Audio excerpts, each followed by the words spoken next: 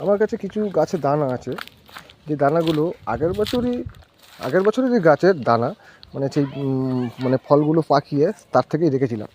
তো সেইগুলো অনেকদিন ধরে ভাবছিলাম যে সেগুলোকে এবছর নতুন গাছ কিছু করতে হবে, কিন্তু টাইমের অভাবে সেটা করতে পারিনি। এই যে কালকে কিছুটা মাটি আমি রেডি করে রেখেছিলাম, তো আজকে এখানেই সেই দানাগুলো আমি লাগিয়ে দিই। দেখাচ্ছি কী কী দানা আমি আছে আমার কাছে বা লাগাবো মাটিতে। রেডি করা মাটিটা আগে একটু জল দিয়ে ভিজিয়ে নিই, তাহলে গাছের দানাগুলো ঠিক মতন ধরবে না। ভিজিয়ে নিলে দানাগুলো খুব তাড়াতাড়ি ফুটবে। একটু ভালো করে ভিজিয়ে নিই।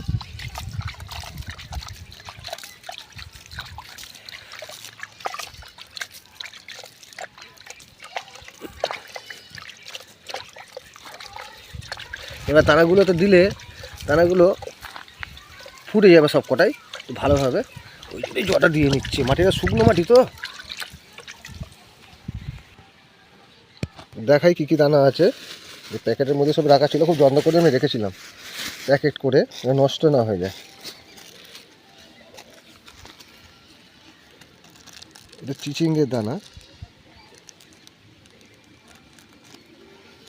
এটা ঝিঙে দানা আছে। হ্যাঁ, এটা ঝিঙে দানা। এটা করলা দানা আছে। এটা উচ্ছে দানা মনে হচ্ছে, এটা উচ্ছে দানা। হ্যাঁ, এটা এটা শশা দানা। এটা বরবটি আছে। এটা ঢ্যাঁড়সের দানা আছে, ঢ্যাঁড়স। এই যে চিচিঙ্গা দানা নিয়ে নিয়েছি, এর মধ্যে থেকে কটা বসিয়ে দিই। বসাই।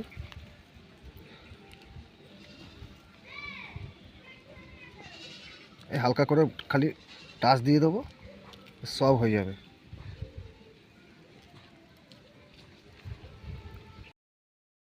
এগুলো ঝিঙে দানা। এই ঝিঙে দানাগুলোও বসিয়ে দিই। ঝিঙে দানাও কটা বসাই,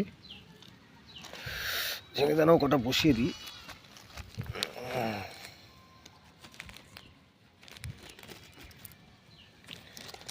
ঝিঙে দানাও কটা বসিয়ে দিই। কিছু জাস্ট টাচ দিয়ে দেবো, সব বেরিয়ে যাবে। ঝিঙে দানা জাস্ট ঠেকে দিলেই হয় মাটির সঙ্গে, খুব বেশি খুব একটা ভালোভাবে না লাগালেও হয়। একে দানা যেখানে পড়ে সেখানেই হয়ে যায়। কিছু লাগিয়ে দিই এখানে।